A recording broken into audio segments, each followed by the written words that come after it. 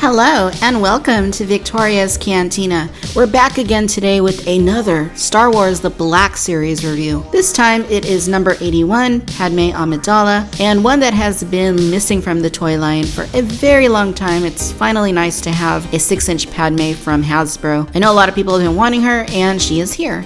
The packaging is more of the same. You can see her portrait on the bottom. Again, this is number 81. Here at the back, it says, Padmé Amidala was a courageous, hopeful leader serving as queen and then senator of Naboo, and was also handy with a blaster. Despite her ideals and all she did for the cause of peace, her secret, forbidden marriage to Jedi Anakin Skywalker, would prove to have dire consequences for the galaxy. Alright, so let's go and take a moment to get Padmé Amidala unboxed, and then we'll take a closer look. Alright, so before we get started, if you're watching this during the premiere, I have activated the Super Chat. So if you're joining in on the live chat, you can click on the Super Chat button, and if you're so inclined, you can think of it as a tip jar. All proceeds go back into producing content for the channel, but if you don't want to or can't, no worries, that's no problem at all. But looking at the Padmé figure, she looks great. She looks so much better once you have her out of the box and you're able to feel her in your hands and kind of look around at the face sculpt, and so much better out of the packaging.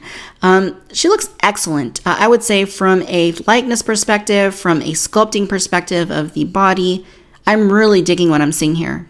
I will say that she is a little bit hard to stand, and that's why you can see that I have her body leaned slightly forward. What it is that cape that she's wearing is really pulling back on her, so you kind of have to adjust the ankles, adjust the legs a little bit in order to compensate for that added weight at the back. Despite that, it's a really nice looking cape, and we'll look at it a little more closer once we get there. But I think that from a detailing perspective, they did a good job making it plastic. If it would have been cloth, it would probably function a little bit better as a figure, but you would lose how great that actual cape looks. But you would sacrifice the aesthetics because obviously the plastic cape looks great. But she is looking really nice. She does have a few accessories, so let's go ahead and take a close-up look at the figure. I think Hasbro did a really good job with the likeness. They did a really good job with the sculpt. She looks a lot like Natalie Portman, and I think this is one of those instances where the figure looks better in hand than she might on screen, on camera. When you're working under this kind of lighting, it's going to be really hard to convey the figure as it looks in real life, especially when it's just like standing on your shelf in a normal room. So maybe we'll turn off one of these lights just so you can kind of see that illustrated somewhat. She looks really, really nice. I really like what they did here. Now the paint isn't perfect. You do see a little bit on the hairline where it kind of spilled over a little bit. That's not too abnormal for this line. There are some issues like that sometimes. I think it looks remarkably like Natalie Portman. It's not 100%. It looks maybe like almost like a somewhat sickly Natalie Portman, or maybe one that's lost a little bit of weight. But the likeness is definitely there. They definitely did a good job overall with the aesthetics of the figure, with the overall likeness. I think if you look at her from the side, she looks really, really nice. I think they actually did really well with the side view there. I think maybe the jaw kind of juts down a little bit far. I kind of feel like maybe there's too harsh of an angle right there at the bottom of the jaw. Maybe it should be a little more horizontal. But other than that, I don't really have any complaints about the figure. They even got like her beauty marks on there. Now, one thing I have noticed with Photoreal and Black Series is that the eyebrows tend to come out a little bit too light, and it's not as noticeable in person as it is on video, but you can definitely see the eyebrows do look a little bit light. They're also a little bit shiny, like Hasbro is applying some sort of a finish on the figures' faces or on the eyebrows to kind of give them that slicked look, which is a little weird. But for the most part, the likeness is there. The ears look correct, the hair looks correct, and just looking at the detail here on the hair, especially here in the bun, it actually looks really, really nice. The hair, I don't really see any washing to it. It just looks like a straight up brown color, like a chocolatey brown. It looks nice. I think the bun maybe looks a little darker than the rest of the hair. The rest of the body looks great. You can see that she's very nicely sculpted. The costume looks great. There's a lot of texturing going on here in the cape. It's a little bit pliable. You can see that it does flex. But it isn't like the softest, so, it's not going to lay the way cloth would. So, that is nice in terms of, detailing and aesthetics, but it's not really great in terms of function. But the rest of the costume looks nice, the bodysuit or whatever you want to call it. It's nicely done. The boots are really nicely sculpted. If you look at those, they did a really good job. Even the soles have really nice detail along the sides there. She does have some low heels that you can see there. And just overall, she's looking really nice. So she does have this floating belt.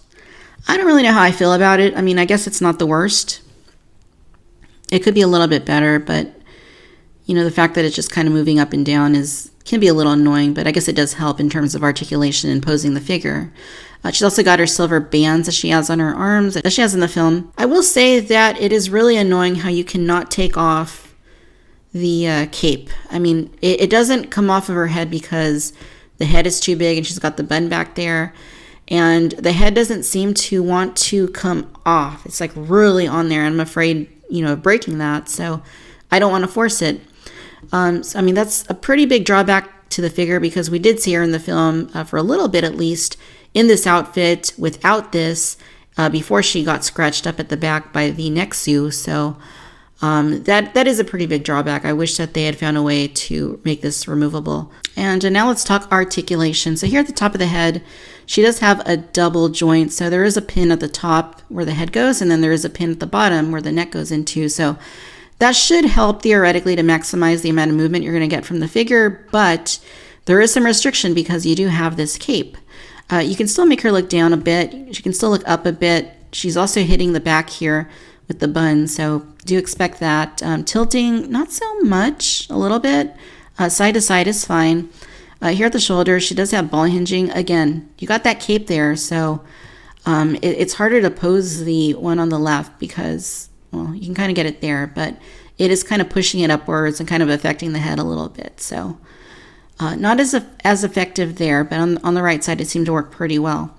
For her elbows, she does have ball hinges, way more than 90 degrees there. She doesn't need a double bend. And for the wrists, this one goes rotate, goes forward and back, goes rotate. And then the right one rotates and goes up and down. Here at the waist, at the top, she has a very nice joint. Great range of movement there. Forward, go back. Nothing here at the bottom, no silver rotation, which is fine. She does a pretty decent split, doesn't go all the way up. And with those hips, you can move them forward. And the joints are a little bit weird. This is kind of what I noticed on Emil and Holdo, was that they're built a little bit differently. So you kind of got to really rotate them to go forward. I'm not sure that I dig that because if you just leave them like flat on like that, they don't really move up. So there is a limitation there.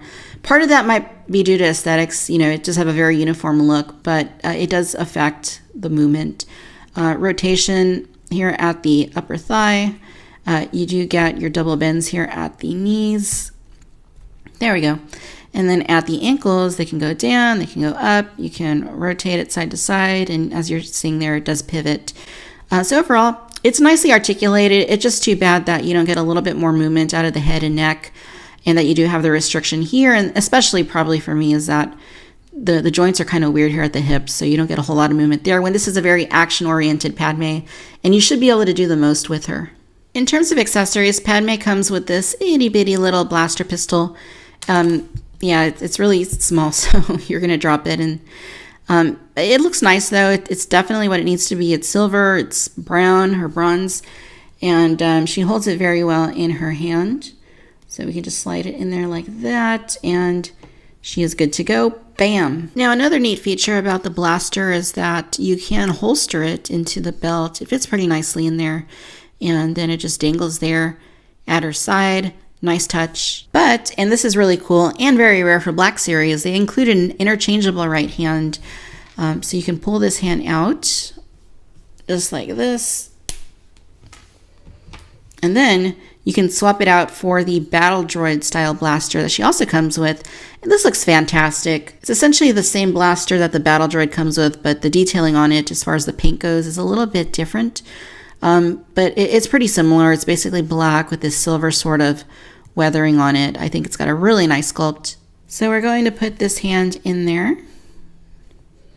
Get in. Is it in? I think so. Yeah. And this one also, as you can see, goes up and down. And we're going to grab that Battle Droid blaster and we're going to slide it in. And yeah, perfect fit. Really awesome job on that, Hasbro. Alright, now here is the Black Series Padmé along with the Bandai Tamashii Nations SH Figuarts Padmé Amidala. And this was something I was extremely curious about, seeing them side by side and deciding which is the definitive Padmé. And that's kind of hard to do because Figuarts figures are sort of in a league of their own in most cases, so they're really hard to compare with Black Series figures. Although it's no secret that Black Series have been getting better and better and better. But looking at them side by side here, I'll say two things. Neither of these figures look as good on camera as they do in person. The Black Series Padmé, for whatever reason, the camera seems to wash out her eyebrows. But the same is true with the Figuarts Padmé. You get all these weird shadows on the face, and that's because of the way that Figuarts does the paint apps on the figures' faces. It's kind of like photoreal, what Hasbro's doing on Black Series, but it's a little more detailed. They actually do shading along the contours of the face to make it look like it's natural shadow under natural lighting. So putting them under studio lights isn't really doing any favors for that figure, and it's obviously not really helping the Black Series figure either. And to illustrate this point, let's go ahead and kill one of these lights so that we can compare them. And yeah, I mean, like I'm saying, they do look a lot better when you minimize the amount of light being shown on them. Natural lighting is the way to go, I think probably for most toys, but especially for those ones that are trying to be especially realistic, because you can really appreciate the likenesses a lot more that way. Again, it's really, really hard for me to say here. It's really, really hard for me to say. One big gripe I have is that the hair is way too light on the Figuarts Padmé. I think that's because they're going off of the Geonosis Arena look, where she did have lighter looking hair, just the way it was lit or something. But if you go back and look at the film, it is really light in the arena scenes. It's really tough. I mean, I kind of feel like maybe the Figuarts looks more like Natalie Portman, whereas the Black Series looks more like Padmé. Does that make sense? I don't know. I think for realism, I would definitely hand it to the Figuarts figure. But for, just having a Padmé on the shelf, I mean, this is perfectly adequate. It's still really good, even though you might not have the same level of realism to it. And that's very obvious just looking at the way the clothes are all dirtied up. And of course, we can make a case that this Padmé isn't quite dirtied up yet because she hasn't been in the arena yet. The downside for this Figuarts figure is that it is very expensive if you're getting it on the secondary market today. Whereas if you just want to have a Padmé, like I was saying, I think this is totally sufficient. I think, just pay the $20 and get this. She's awesome looking. And I'd be completely happy if I didn't already have the Figuarts release. But having both, I gotta say, I'm really happy to have both. But if you don't have either one, go with the Black Series. You're not going to go wrong there at all. And while we don't have an Attack of the Clones Black Series Anakin, we do have the SH Figuarts Anakin. So if you wanted to pose them together, they actually look really nice together. Alright, ladies and gentlemen, so there you have it. This is the Hasbro Star Wars The Black Series Padmé Amidala. Overall, you guys, I think they did a really nice job with this figure. Padmé was sorely needed in the 6-inch line, and she's finally in it. I think this is probably the best Padmé they could have gone with. I do hope we get an Episode 1 Queen Amidala figure. I think that would be amazing, especially one from early on in The Phantom Menace, where she's got the Theed Queen outfit. I know SH Figuarts has shown photos of that figure. I don't know if it's actually going to be released. This figure, though, is really nice looking. I think Hasbro did a great job with the likeness. It's not perfect. It's not completely there. But rest assured, it looks better in hand than it does in photos or on video. And if you don't have it yet and see it in person, I think you'll probably agree with that. Sculpting of the outfit is very nice. Proportions are very nice. She is pretty articulated, but some of it is a little bit hindered. Some of it isn't the best, and I'm thinking about those thighs. The interchangeable hand is a really nice touch, as are the two blasters. Overall, this fills a void that so many collectors need in their collection, and that's a 6-inch Padmé figure. So definitely pick this one up. She deserves to be in your collection. You need a Padmé. So, I mean, she's the mother of the Skywalker twins. You need Padmé in your collection. They did a good job. I really do like the figure. Even if there are some issues with it, it's still not quite perfect. It's seldom that any figures are perfect. This one's great, though. I'm really happy with her. Alright, my friends, I hope that you've enjoyed this video. Be sure to like, subscribe, let me know your thoughts about Padmé down below. What do you think? Be sure to follow on Facebook, Instagram, and Twitter. Subscribe to the Cantina Chatter podcast wherever you listen to podcasts. Special thanks to my Cantina patrons over on Patreon. And as always, I'd like to thank you for tuning in to Victoria's Cantina. Until next time, bye-bye.